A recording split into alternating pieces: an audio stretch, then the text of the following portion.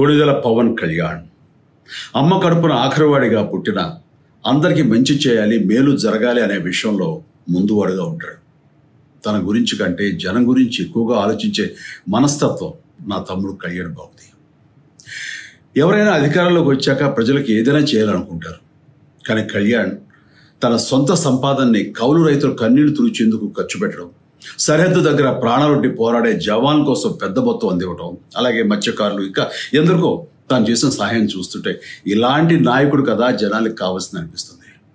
ఒక రకంగా చెప్పాలంటే సినిమాలోకి తను బలవంతంగా వచ్చాడు, రాజకీయాల్లో మాత్రం ఇష్టంతోనే వచ్చాడు. ఏ తల్లికైనా తన కొడుకు కష్టపడుతుంటే గుండె తరుక్కుపోతుంది. అలాగే ఏ అన్నకైనా తన తమ్ముడు అనవసరంగా మాటలు పడుతుంటే బాధ వేస్తుంది.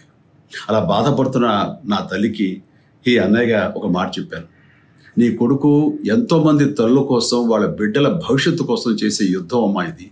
మన బాధ కంటే అది ఎంతో గొప్పది అన్నాను. అన్యాయాన్ని ఎదిరించకుండా మౌనంగా ఉండే మంచివాళ్ల వల్లనే ప్రజాస్వామ్యం మరింత నష్టమని నమ్మి జనం కోసం జన సైనికుడయ్యాడు. తాను బలంగా నమ్మిన సిద్ధాంతం కోసం తన జీవితం రాజకీయాల్లోకి అంకితం చేసిన శక్తిశాలి పవన్ కళ్యాణ్. ప్రజల కోసం, రాష్ట్ర భవిష్యత్తు కోసం ఆ శక్తిని వినియోగించాలి అంటే చట్టసభలో అతని గొంతు మనం వినాలి. జనమే జయమును నమ్మే జనసేనాని ఏమి చేయగలడో చూడాలంటే మీరు పిఠాపురం ప్రజలు కళ్యాణ్ని గెలిపించాలి.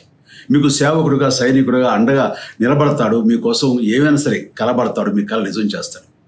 పిఠాపురం వాస్తవ్యులకు మీ చిరంజీవి విన్నపం, గాజు గ్లాసు గుర్తుకి మీ ఓటు వేసి పవన్ కళ్యాణ్ని గెలిపించండి.